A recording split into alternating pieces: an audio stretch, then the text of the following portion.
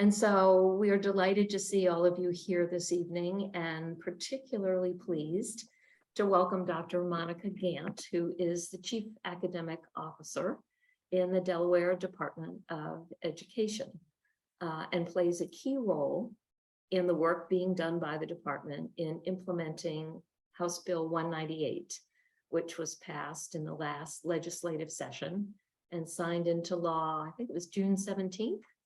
Yes, of this year. But work has been well underway, as I understand. And so we're delighted to have Monica here this evening to talk about the goals, the progress, the challenges, the opportunities, and even potentially ways that we might get involved in supporting the work that's going on. So let me ask if each of you would please mute your computers, because I'm going to highlight Monica, and if your microphone is on and the dog barks, you will pop up on the screen as though you're talking. So let me go ahead and take care of that. Okay, I think we're all good. Let me highlight you, Monica, and turn the program over. We're so glad you're here. Thank you so much, Sue. I'm really glad to be here, and good evening to all of you. Again, my name is Monica Gant, and I am the Chief Academic Officer, also known as the Associate Secretary of the Academic Support Team for the Delaware Department of Education. So just a little bit about what that means. The Associate Secretary of the Academic Support Team, our team is made up of curriculum instruction, professional development, assessment, exceptional children resources, gifted and talented, digital learning, anything that's connected to content, world languages, you name it. Of course, math, science, studies, EA, all of those areas. And so, it's quite a bit of work that our team does and supports throughout the state. And so I'm really excited anytime I have an opportunity to share with stakeholders and community members such as you that are really interested in this work. Really, really excited to be able to share exactly what's happening. And so what I will do is, if I can share my screen. And see, once you enable me, I'll do that.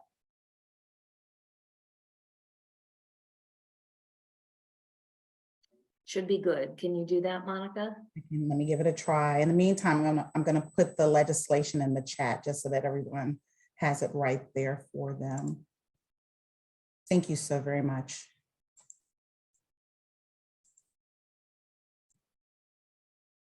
Okay, so let's make it a slideshow. So hopefully you can see HB 198 Black History curriculum. Oh, and you know what? Because I went to put that chat in there. There we go. Hopefully you should see Delaware Department of Education support for HB 198 Black History curriculum implementation. Does everyone see that? Yes. Wonderful. Okay, so what I'm going to talk about this evening is exactly what our role is in supporting House Bill 198. And so the first thing I'm going to do is just acclimate us to the roles in the state, because sometimes there's some confusion around that. There's some thoughts around what the Department of Education actually does. And so the Department of Education is also known as a state education agency, or SEA. We are responsible for administering state and federal education laws, dispersing state and federal resources, and then providing guidance to public districts and schools across the state. So our role really is, as a support agency, is to make sure that we provide support and guidance to our districts and charters across the state. Local education associations, or LEAs, sometimes you hear it's called LEAs, but you probably know them as districts and charter schools. Those are individual public authorities legally constituted by state and administrative agency to provide control of and direction for K through 12 public education. And so basically what that means is that oftentimes you'll hear local control. And what that means is that the districts and charters select their own curriculum. They make decisions with their boards around the instruction. Those are the areas that they're responsible for. We're responsible for the standards. They're responsible for the curriculum. So that piece is really key. The second thing that I really want to highlight are three words that sometimes are interchanged, but actually don't mean the same thing. The first word is standards. So it's the why, like what should students know and be able to do? Those are determined by the Department of Education. So we set the standards in all of the content areas. That's our role. The curriculum, however, is the what. And so those are the coherent set of high quality instructional materials, academic lessons, content implemented for a particular grade and course, designed for teachers to facilitate learning that leads to student mastery of standards. So those coherent set of resources are what the district or charter is using to teach the standards that we lay out at the department. Again, the curriculum is determined by each local education agency, each district and charter. The instruction, think of that as the how. So how do they do that? The approach that educators use to teach the standards that we've identified through the curriculum that they've selected. So that is the how. So standards, curriculum, and instruction are not interchangeable. Those are separate pieces with different authorities. So it's really, really important to understand that piece. So you'll hear me talk about standards, you'll hear me talk about curriculum, and you'll hear me talk a little bit about instruction, but I wanted to make sure that I level set and everyone knew the difference between those three, the why, the what, and the how. So the Department of Education defines culture responsive as intentionally acknowledging and valuing the diversity, contributions, and experiences of every educator and learner by providing opportunities for individuals to see themselves and others in their learning. And that leads to the work. And so what you're going to see when we talk about House Bill 198, and down here at the bottom of the page, this is actually a snippet, a shot of the website. And at the very bottom, I'll put a little gold star down there, you'll see House Bill 198 updates. So if you're wondering what's happening with House Bill 198 and what resources are being provided and what tools are available and what professional learning is there, that's where you can find it. And I'll make sure that you know how to get to this website so that you're able to see these resources and where they're posted. But the lens through which we are doing our work is through a culture responsive lens. We ultimately want children to see themselves and others in their learning. So HB 198, the Black History Curriculum, and this is the link that I put in the chat so that you would have access to the legislation. I want to talk a little bit about history, since history is in the name of the legislation. And this quote comes from Joanne Freeman, who is a US historian, author, and tenured professor of history at Yale University. And I am going to read it. It's a little lengthy, but I am going to read it because I think it's really, really important. Learning history involves evaluating documents from the past, seriously considering conflicting ideas, drawing conclusions based on reliable evidence, debating ideas with others, and owning the bad as well as the good in a nation's past. It requires an open mind. It involves wrestling with the uncomfortable, as well as uncovering the admirable. The only way to truly know and love a nation is to embrace it in all its complexity, including its sins as well as its virtues, and work for a better future. The study of history, the sincere, open, and serious study of history in all its complexity is dangerous and misleading only if you have something to hide. And it's impossible to understand ourselves as a nation and to reckon with the roots and implications of our current moment if we deny the uncomfortable parts of America's past. So I wanted to share this because this is when we're talking about history, it involves all of these pieces. It is not just a topic. It is not just identifying a figure, a historical figure, but it's really wrestling with the good and the bad, understanding the past in order to be able to move through the present. So that piece is really, really critical. So I'm not sure how familiar you are with Dr. Henry Gates. But And I'm nearly gonna half of the Black soldiers actually were former pause, slaves. mute this. I just wanted to share this, and this is something that you can always go back to, but Dr. Henry Louis Gates does a Finding Your Roots segment, and you may be familiar with that. And recently he did one with Chris Rock. And so you may be familiar with Chris Rock as a comedian and an actor. And so Chris Rock was involved in, kind of understanding and discovering his roots. And during this segment, he learned information about his family. And so the quotes I thought were really, really important. And one of the things that he shared was, Dr. Henry Louis Gates also told Chris that his great-great-grandfather, Julius, was elected into the South Carolina legislature when he was 27 years old. Chris said, if I had known about his ancestors' successes earlier, it might have changed his own aspirations. If I had known I'd come from politicians and people of intellect, I would have probably tried to get into the intellect business, he joked. And as you even see, even though you can't hear what he's saying at the moment, but even seeing his response, he tears up because he's just so shocked by what is uncovered about his family, about the history of just his own family. He shared, it's weird how you don't realize what low expectations you have for yourself until somebody shows you what your people have actually accomplished. I would have never thought anybody in my family did anything like that. It really blew my mind. It made me proud that this stuff exists and I can pass it down to my children. But in the same token he shared, it made me a little sad because I always considered myself so lucky. Yes, there's a lot of luck with success, but when you see that people before you manage to make it, you feel like maybe it's your birthright or destiny. So it made me happy and sad. So what he's saying is it really gave him efficacy to be able to think, okay, if my forefathers were able to do this, this is my birthright. This is something that I'm able to do. This is just by understanding his own history.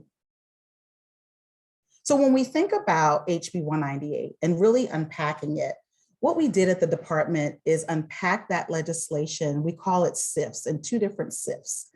And the first SIF that we did was we took a look at everything in the legislation and what it required, the curriculum and instruction requirements, and they're pretty lengthy. You'll note that it says to understand the requirements of the legislation, one was understanding curriculum requirements at a minimum Black history curriculum must include all of the following: history and culture of Black people prior to the African and Black diaspora, which is the movement of African descendants to various parts of the world, significance of enslavement and the development of the American economy, relationship between white supremacy, racism, and American slavery, central role of racism in the Civil War, tragedy of enslavement perpetuated through segregation and laws, contributions of Black people to American life, history, literature, economy, politics, and culture, socio and economic struggle Black people endured in working to achieve their fair treatment in the United States, and Black figures in national and local history. I think this piece is most important, this center section, and I know it's small, but that's why I gave you the link to the legislation, because it's all in the legislation. I just wanted to highlight this so that as you read the legislation, you could really hone in on this. The intention of teaching students Black history is to examine ramifications of prejudice, racism, and tolerance, prepare students to be responsible citizens in a pluralistic democracy, and reaffirm the commitment of free peoples to the 13th Amendment. So that's really the intent of teaching Black history. Then it lists quite a few things that the curricula had to include. It had to rely heavily on primary sources. It had to ensure materials are presented in an age-appropriate manner, be trauma responsive, stimulate students' reflection on the roles and responsibilities of citizens in democratic societies to combat racism and injustice, incorporate contemporary events, develop students' respect for cultural and racial diversity, enable students to understand the impact of racism, provide opportunities for students to discuss and uplift the Black experience, provide students with a foundation for examining the history of discrimination and explore the various mechanisms of restorative justice that help humanity move forward. So as you can tell, there's quite a bit in the legislation itself around curriculum and instruction requirements. Then it breaks down what the Department of Education's responsibilities are and the LEAs, which were the districts and charters responsibilities. So the Department of Education shall develop and make publicly available a list of resources to assist a school district or charter school in creating Black history curricula. This piece is key because if you remember from the very beginning, I shared with you that the role of the Department of Education is to support districts and charters. So typically we do not create curriculum. That is not really the role that we typically play. So this legislation is requiring something a little outside of the role that we typically play. The other piece is really important that I'd like to share is that in the Department of Education, while it seems like it would be a really, really large department, really we're one deep in each area. So we have one social studies K-12 education associate. We have one science. We have one gifted and talented. We have one, so there's one of each of those folks. So we're working across the department because we know that this history expands beyond just history, but because it begins with history, that's where we needed to start. So you'll hear me reference Dr. Michael Feldman. He is our education associate in social studies, and he has been our point of contact and point person for this work. So again, letter A is really us making this available list of resources for districts and charters to be able to create Black history curricula. The second piece is that we consult with organizations that provide education about the experiences of Black people or seek to promote racial empowerment and social justice. And then the third responsibility that we have is to provide a written report, submit a written report to the Governor and General Assembly no later than January 15th of each year. And so those are the three responsibilities according to the legislation that the Department of Education has in enacting this legislation. The responsibilities from the LEAs, which are the districts and charters, are each school district and charter shall provide instruction in Black history through curricula developed or identified by the school district or charter for grades K through 12. So they can either use the resources that we provide, they can purchase their own resources, they can pick and choose the resources, remembering that it has to meet the criteria of the legislation, such as relying heavily on a primary resource. And so that piece is important. They also must provide in-service training required under this section. They must designate an individual responsible for overseeing the implementation, so they have a point of contact, and then provide that name and contact information to the Department of Education, which they've all already done. They had to do that by September 15th, so that part is done. And then finally, they have to submit a report to the Department of Education no later than November 15th of how the curriculum has been implemented by that individual school district or charter. We then take all of those reports and submit and compile them and submit them to the General Assembly by that January 15th date. So these are the responsibilities of each. So that was the first SIFT. The second SIFT was that you may remember at the very beginning when I talked about standards, what students must know and be able to do by the end of each grade. So we needed to take a look at the content standards and then what was asked in the legislation, and then identify where those two intersect. So that was our lift. That was the work that we did, was to say, because you'll notice that the legislation is very topic heavy.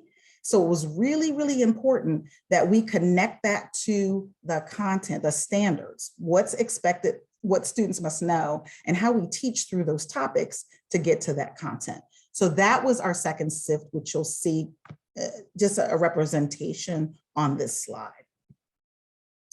So as you can imagine, there's no curriculum package available for purchase to meet HB198. Like a district and charter can't go to a publishing company and say, hey, I'd like to purchase, this curriculum. That doesn't exist. So it does require us to really work together collaboratively across the state with experts and partners to make sure that these resources are available. So what we did, again, to provide support to districts and charters, was we have the website that I had a snapshot of earlier in the presentation, but it has that updates page that includes a breakdown of the legislation. We provided model lessons, and those were the resources that we make available for districts and charters to be able to use. We did a summary of our work with, and so we, again, partnered with others that are experts in this field. So New York Metro Center for Research on Equity and Transformation of Schools has done this work. I think, Ms. King, you mentioned this a little earlier. There's people out there that have already written, that have already done some work. And so we have to connect with those folks. And that's what we did. We connected with the Social Studies Coalition of Delaware, but we also connected with our higher eds. And so the Delaware State University, as well as UD, provided a great deal of support and partnership around this work, and worked with us with New York Metro Center to make sure that the work that they were creating, the resources they were creating, was culturally responsive. We also on that website have implementation tools. So districts that are vetting their own materials have curriculum scorecards and curriculum review tools, so they'll know how to make good selections of high quality materials. We also provided classroom-ready strategies that teachers can use to plan and facilitate conversations. And so there's a framework for teaching hard history, including American slavery and civil rights history, as well as current events, because there's quite a bit that can be taught through current events if done well with the right supports. And then finally, there's a culturally responsive professional learning opportunities page. It includes a summary list of professional learning opportunities that have been afforded to Delaware educators. And then those model lessons that I talked about a little earlier are also available, as well as the priorities. And so keep in mind, our model lesson development priorities were twofold, or threefold, I guess. One was alignment to the grade level social studies standards. The second was support implementation of HB198 expectations. So we wanted to make sure that the expectations outlined in the legislation showed up in those model lessons. And we wanted to make sure that we were more culturally responsive in the work that we were doing based on that definition that I shared with you a little bit earlier. So how do you find all of this really good stuff? You would go to the Delaware Department of Education's website. So if you just typed in Delaware Department of Ed, you could just Google that. There's an educator and staff tab. You would click on that. Then you would click on academic support, the very first tab. And then right under that, the second tab is standards and instruction. Because remember, we're talking about standards. And as you remember at the beginning of the presentation, we talked about instruction. You would click on that tab, and there you would find culturally responsive education. You would find House Bill 198 resource development update. It would provide you with, what's going on with the updates. It's right there. It will provide you with the implementation tools. So those would all be available to you to take a look and kind of follow exactly how things are moving along. The last thing that I'd like to share with you before we get into, additional maybe questions or things that you're wondering about is we have some key dates that either have just occurred or are coming up soon. So I shared with you that September 15th date, which was when we collected the names of district and charter leads. They were due to Department of Ed, and all of our districts and charters have submitted those. We then had a virtual session with those leads just to unpack the legislation, a little like what I just did this evening, of course, in much more depth because they'll be putting it into place. And so what their responsibilities are, what the report will look like, things like that.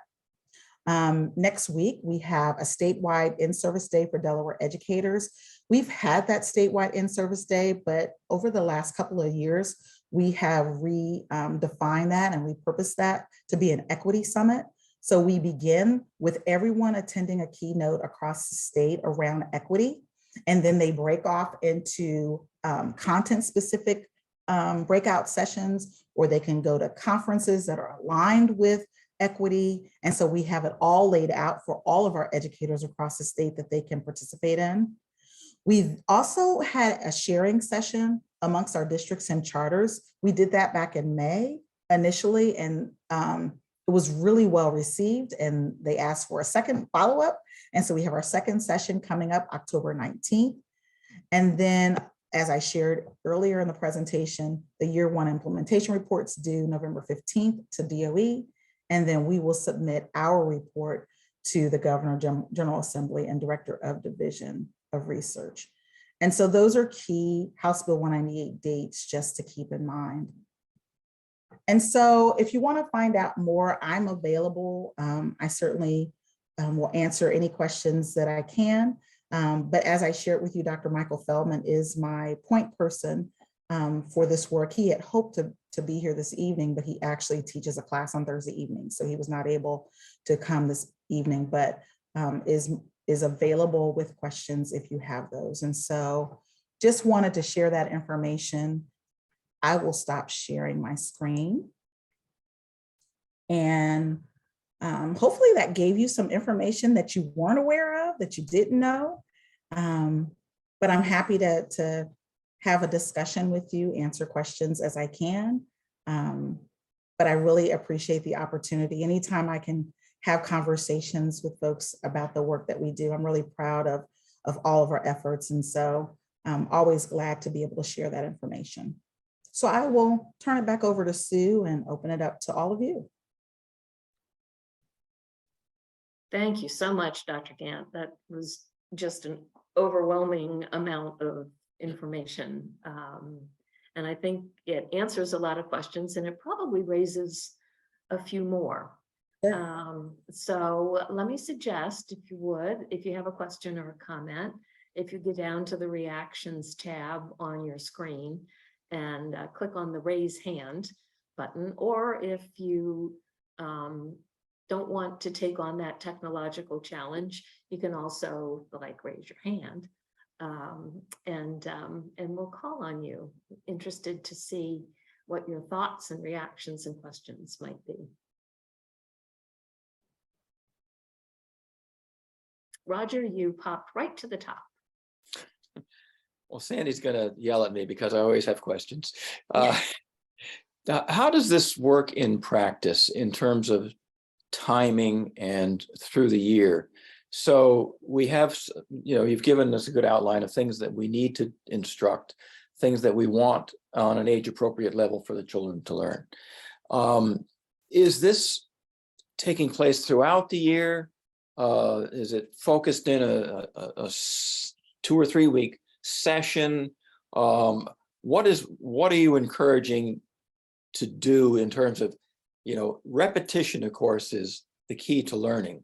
Yes. So if they have it once in, say, the early November, maybe that's not enough. But if they work it into a lot of different subjects and a lot of different time periods, then it becomes more founded, or better foundation.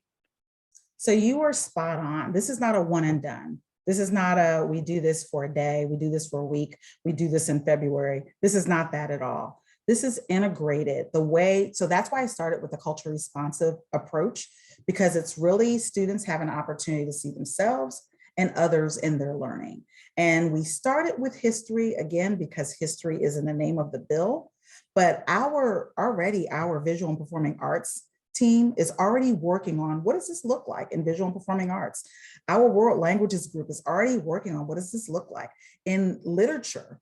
Of course, they're looking at how will this just show up in literature. And so this is not just a social studies thing or even a history thing, but this was a place that we started because, again, as I shared, we're one deep. So we wanted to start with, let's tackle everything that's listed in the legislation around curriculum and instruction. And then let's see how that expands. What do we learn from that through the work that we do in social studies? And then how does that expand across content areas and across grades? It is a K through 12 implementation, and it is across contents implementation. But the reality is, just to help us manage our expectations around how it's going to roll out, it's going to start with social studies. That is a really good space for us to start in. And then from there, we will certainly connect across. That work is already underway. So you're absolutely right. It's not a one and done. It's definitely something that has to be integrated into our work. And that can provide probably quite a challenge, but you're developing it. That's great. That's good. I see Fran. Is it Hassan? Yeah, I was calling on her, but I was muted, which doesn't help much. Okay, Fran. Fran is muted. See, there she It's Hassan, Hassan. like as son, Hassan.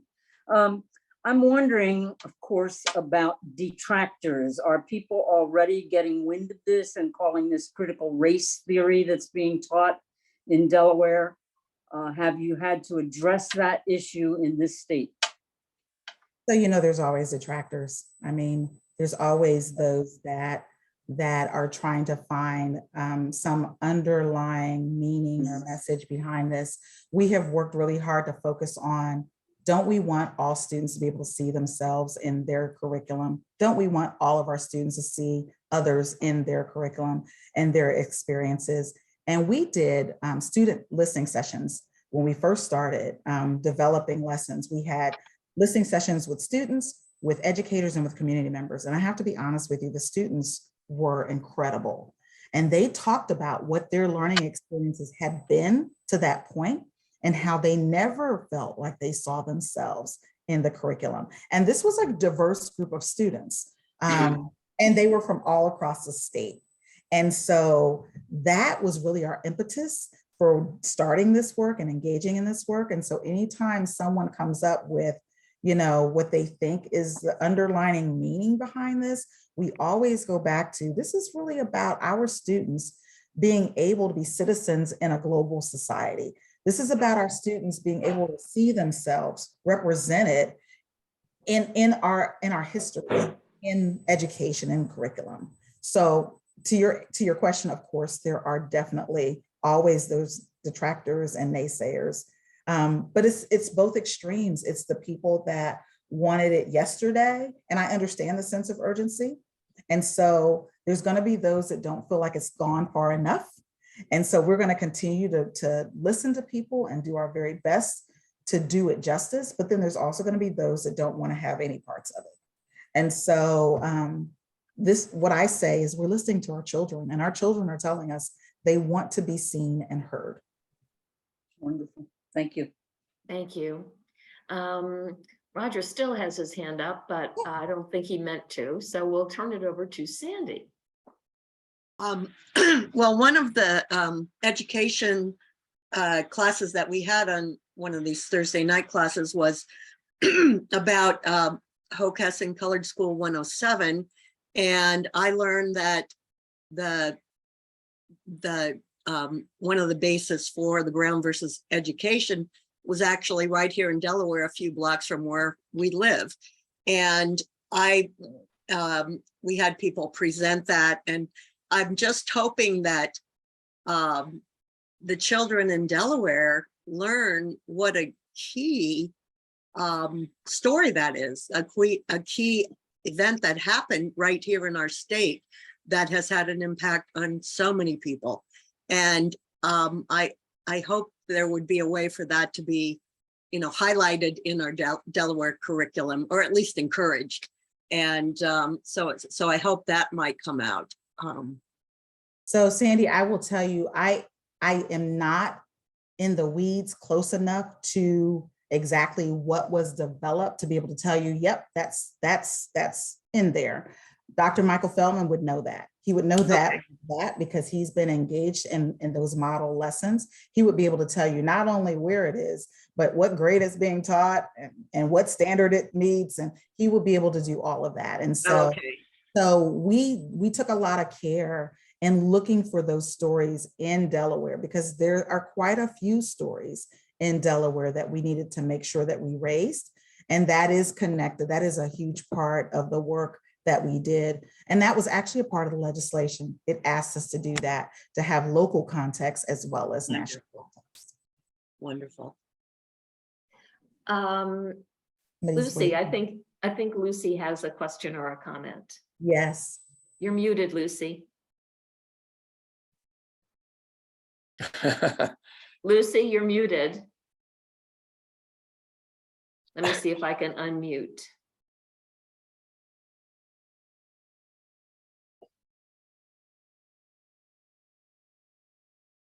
No, I don't think I can.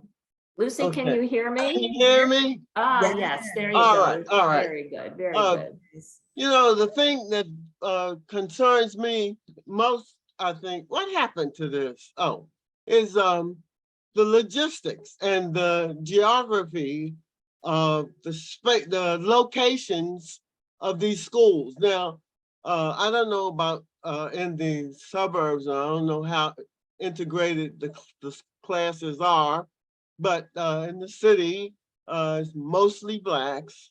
And then as you go out, it gets a little more diversified. And so how are you going to you don't give the same kind of instruction or the same kind of curriculum to the people who live in the city, because that's only one part of it. How are you going to get those communities as the races mix, you know, as they go outside of periphery?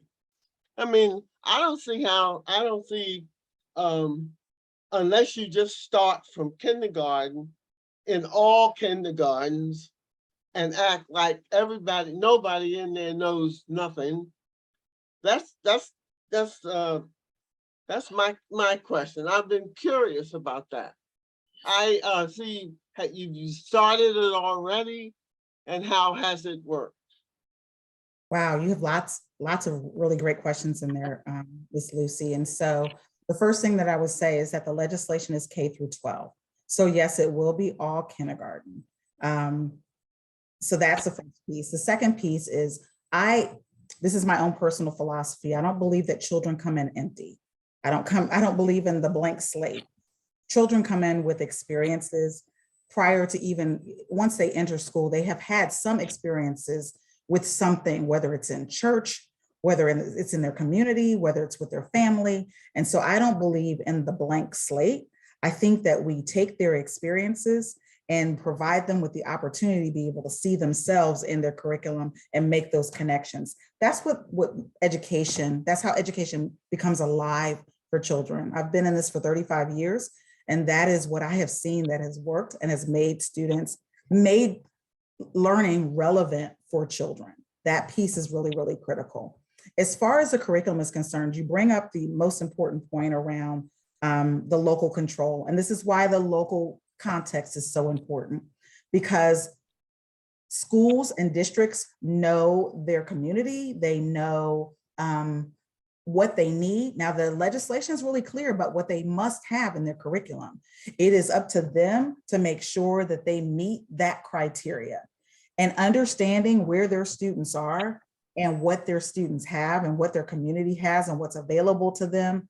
And then knowing what additional support they need, whether it's support from the department or whether it's they're working with a curriculum vendor partner, or whether they're working with Del State or whoever they're working with, to be able to make that connection to ensure that all students are able to access learning in the way that is laid out in the legislation. That is a local decision. And that's why that local context is so, so important. And you're right, it may look different from place to place. And so that piece, that's why I think the reports will be really interesting once people start doing the work and then they submit kind of how they're getting it done. And that's why our sharing sessions are so important, so that we can share across the state some best practices, because there are some that are further along right now than others. And so we learn from each other. We're lifelong learners as educators, and we're teaching students to be lifelong learners also. So this is an opportunity for us to share best practices, share resources, those model lessons are an opportunity to share, so that we can do exactly what you're saying, is making sure that no matter where students are in the state, they have equitable access.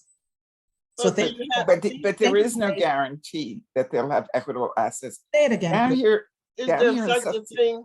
Is there such a thing as an oversight committee?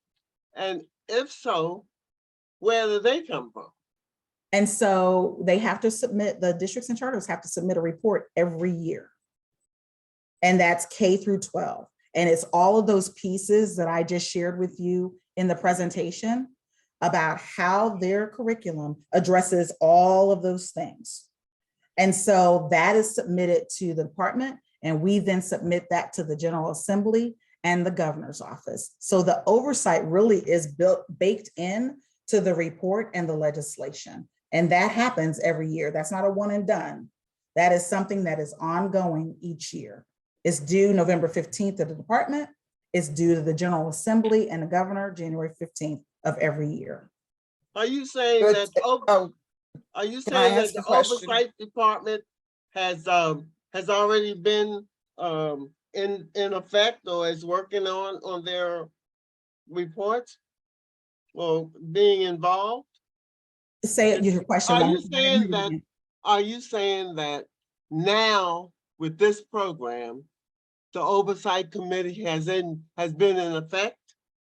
What I'm saying is that the legislation laid out that the districts and charter leads have to submit a report by November 15th of every year. This is the first year for them to This is do the that. first year. Yes, ma'am. Okay. So Lucy, The I think legislation just passed. to answer your question, the Department of Education is the oversight organization that gathers the reports and the information and then shares it with the legislature and the governor's office. So that structure is in place. What HB 198 did was add this area of responsibility to the Department of Education and to the legislature and the governor's office. But yes, the structure is in place. Charlotte, Can did I- you have? I would, Yeah, I have some Oh, sorry. comments I want to make. I'm sorry. All right, one second, ahead. just let one Dr. Gant one clarify. clarifying question or clarifying statement really quick. It's not, we don't identify it as an oversight committee. So I want to be really clear about that. That's right. That does, the Department of Education is not necessarily an oversight committee, but what we do is gather the information to then share that information with the General Assembly and the governor. So I want to be really clear about that. I don't want anyone to leave and say, oh, the Department of Education is the oversight committee. There is no oversight committee. There is the responsibility to complete those reports annually each year and submit those to the department. And then we then compile them and submit them to the General Assembly and the governors. So I just So I want guess to, I would have said that you are the focal point we're the for focal. gathering the we're the point. information and consolidating it and reporting it. Yes. Okay, ma'am. Charlotte, you have Yeah, been very and I'm the patient. cynic. I'm the cynic because I've I been know you working are. through the League of Women Voters for years with the Department of Education, who in the end says, well, we respect the rights of superintendents, the district superintendents, to do their thing. We don't interfere. We can't force them. You will never have 198 implemented in Sussex County. In the same way that when Cape Henlopen High School tried to put in a mandatory reading for the summer, our nice, extremely politically right parents raised enough hell to prevent the school from doing it. And there was no help that they could get. I mean, you keep talking about this structure that's LEA, but it's this LEA structure versus this SEA structure that has prevented progress, at least down here in Sussex County, which is a whole different climate than you may have up there in your other counties. I think, yes, there'll be reports, but those reports will be like reports that have come before you before, saying we need another year. I'm on a committee that meets with Cape Henlopen High School. And their concern is, well, we're going to have to put in a long period of mental health training for our teachers because it'll be so difficult. And I, in my logic, can't understand what is difficult about a certified licensed teacher teaching Black history. You taught about the Holocaust and it didn't cause breakdowns. But there is that excuse is going to run through it.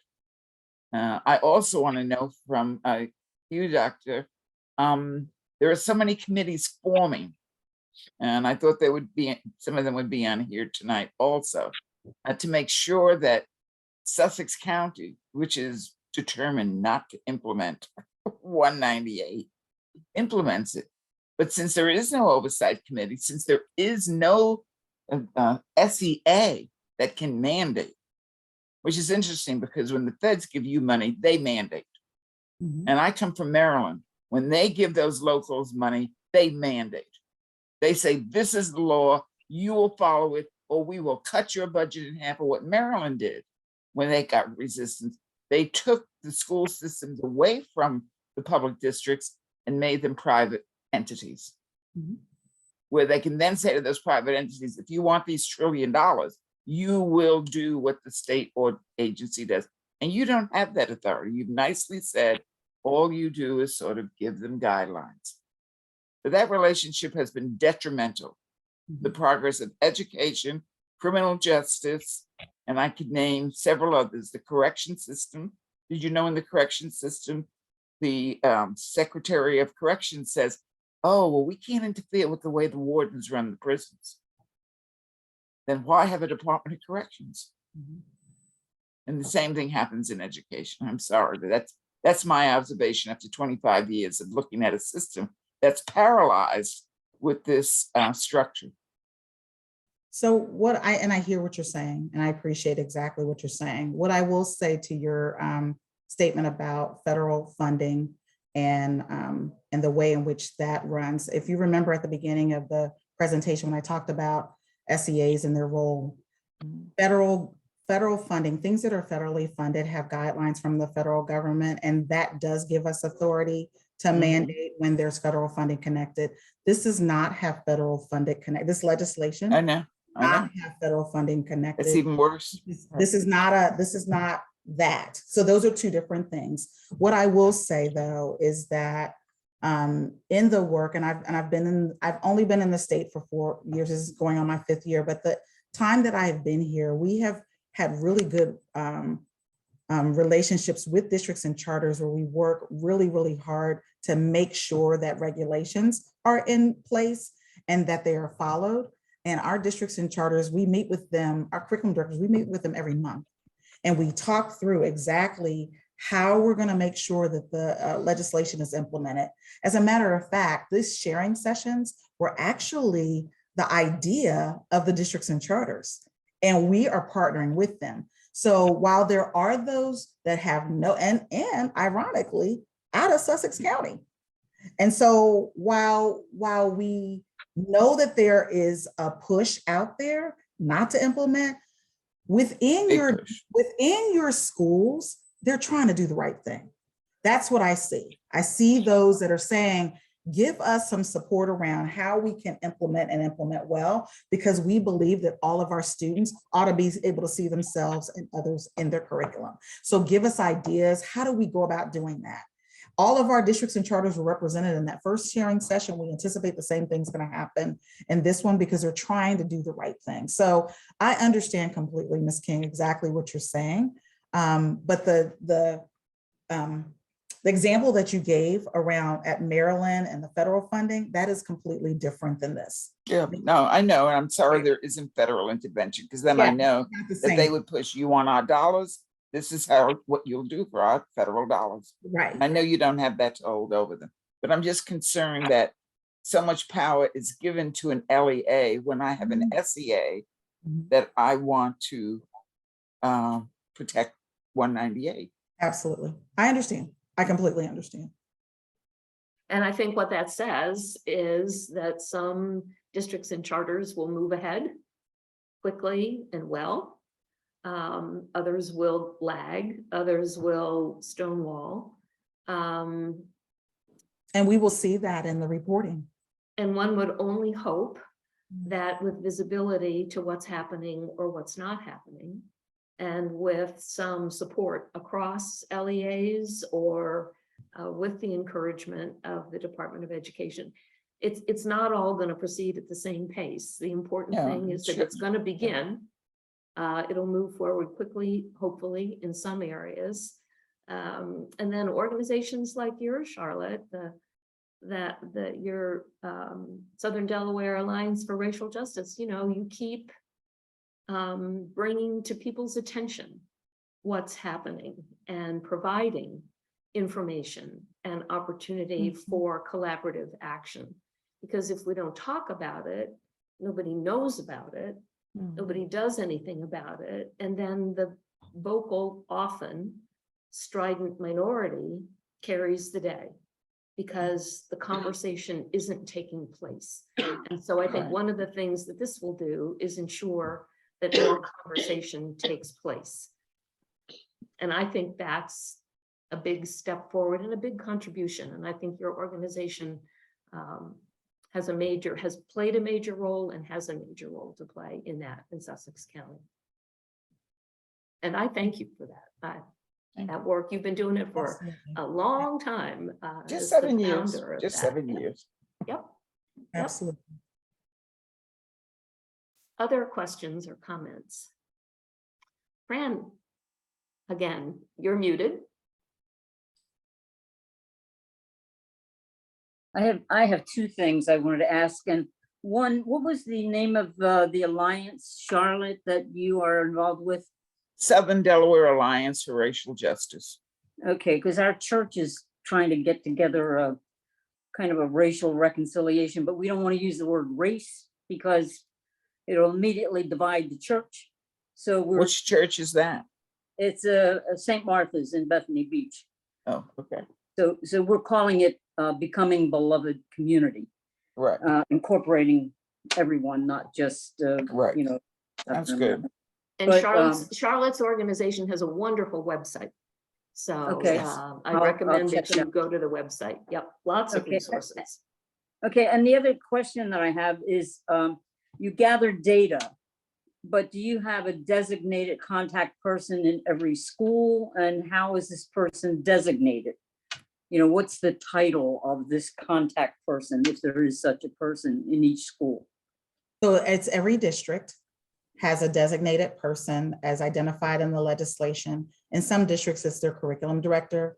In some districts, it's their director of equity and equity. It's DEI. I can't remember what the I stands for. Inclusion, maybe? Inclusion. Director of equity and inclusion. It just depends. It changes from district and charters. It's a little bit different as well. It might be their head of school. It might be somebody that they've identified, but there is someone that district or charter has identified as the lead to lead this work. Mhm. And then they contact each school in that district then? That is correct. They are the ones that compile everything that's happening in their district or charter school and put that in the report and submit that to us and the department. And then we compile the entire state and put that in a report. Okay, Which thank is you. why we have that November 15th time, because we need until January 15th to be able to do all of that. Mhm. Thank you. Yes, ma'am. Well, I know many of us, certainly in the Westminster Peace and Justice Work Group, were strong advocates for House Bill 198, wrote emails, attended legislative hall sessions, were delighted when it passed and was signed into law, recognizing that there's no magic bullet in any of this, but it is a significant statement of intent. And we're delighted to hear what you have to report, Dr. Gant, on what the Department of Education is doing and what the LEAs are doing. And I guess my question then would be, when that report is produced on January 15th, will that be available to the public? Is that something that we all would be able to see? As far as I know, it is. Anything that, once it goes to the General Assembly, I believe that that information becomes public at that point. Well, I think what we might like to do is kind of bookmark a date after the first of the year and ask you and or Dr. Feldman to come back and tell us how it went. Let us know the good things that you've seen, the challenges that still exist or perhaps have emerged as attempts are made, as Charlotte said, with lots of pushback in certain areas. So we would very much like to keep on top of what's happening. And then we'd also like to be supportive in whatever way we can.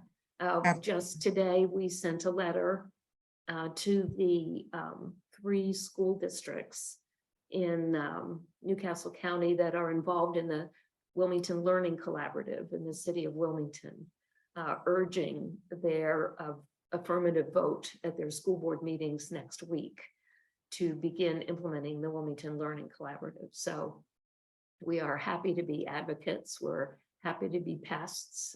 We're happy to speak up for the work that we believe needs to be done. So feel free to call on us if there's a point in time at which public voices would be helpful, either at the state level or at any individual district or charter. We're engaged with most all of them here in Wilmington, certainly, and are happy to step out and play whatever role we can. I really appreciate your interest and your heart and commitment for this work. And yes, I would be happy to come back. And, you know, we're anticipating that we're going to learn a lot. And then that will then inform us on how we move forward with providing additional support. So this is our first run at it. And we certainly want to be as responsive to our districts and charters as we possibly can be. And so, yeah, we would love to continue to engage. So thank you for the invitation. Well, we wish you well. We know the structure isn't really conducive. As Charlotte says, if you had the force of money or the force of, I don't know, to make it happen, wave a magic wand, that would be great. But we appreciate your energy and your efforts, and know that it will benefit all of the students. And so we thank you. And I'd like to end with just assuring you that everyone that I have engaged with in districts and charters has been has made every effort and are very focused. I haven't engaged with anyone in districts and charters that said, not doing this, not interested. No, I have not come across anyone in districts and charters that are doing that. They're trying to figure it out. And so, you know, I would certainly want to continue to support their efforts in that space. And so I really appreciate your offer, and again, appreciate your partnership. So thank you. Thank you so much for being here. And our Thanks best very to, best to you and your mom. Be healthy, be well, good luck. And thanks to all of you for being here this evening. We really appreciate your attention and your energy and your commitment to this very meaningful work. Thanks for the invitation, Sue. I feel Thank honored. you. Thank you. Indeed, Charlotte, good to see you. Good to see All you. right, Bye-bye. take care. Bye. Bye.